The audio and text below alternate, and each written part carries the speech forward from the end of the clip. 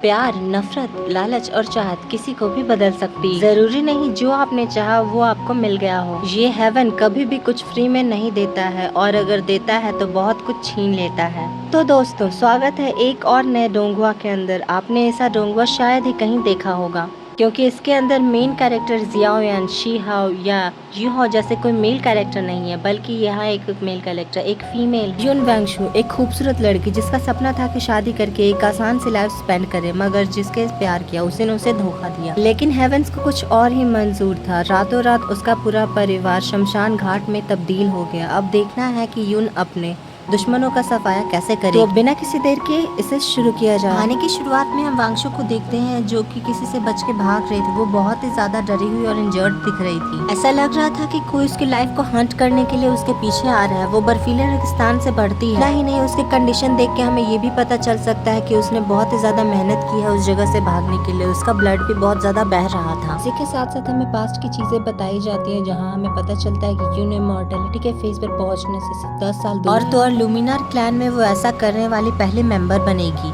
इसके बाद हम देख पाते हैं कि वो क्लैन के स्टेयर से चढ़ते हुए ऊपर की ओर जा रही थी, जहाँ पे हम देख पाते हैं बहुत सारे सीनियर्स उसका वेट कर रहे थे। क्लैन के सीनियर एल्डर्स बोलते हैं कि हम तुम्हें सेक्ट का टोकन देते हैं, आशा करते हैं कि तुम हमारे सेक्ट को ऊंची आकांक्षाओं तक पहुंचाओगे। आज के इस खास मौके पर युन वांगशु, हम तुम्हें हेज सेक्ट का लीडर घोषित करते हैं। इसी के साथ वहाँ के सारे डिसाइपल्स भी बो डाउन करके रिस्पेक्ट शो करते हैं। वहीं ये सारे नारे कब मौत के मातम में बदल जाएंगे ये बेचारी को कुछ भी पता नहीं चला। सीन फिर से पास में शिफ्ट होता है जहाँ पे हम देख पाते हैं युन को सजाया जा रहा था क्योंकि आज उसकी शादी हो रही थी। तभी उसकी फ्रेंड जिसका नाम था युन लुओजियान, जो कि फाउंडेशन रियल्म के पीक की कल्टिवेटर है, जो वांगशु के लिए फिनिक्स क्राउन लाती है। फिर वो उस क्राउन को खुद ही वांगशु को पहनाने लगती है। वो उसे रेडी होने में भी हेल्प करती है। हम देख पाते हैं कि उस क्राउन को पहनने की वजह से वांगशु की खूबसूरती में 4 चांद लग जाते हैं। ऐसे सीन प्रेजेंट में शिफ्ट होता है जहाँ पे हम देख पाते हैं कि युन वांगशु यही सारी चीजें कुछ याद कर रही थी।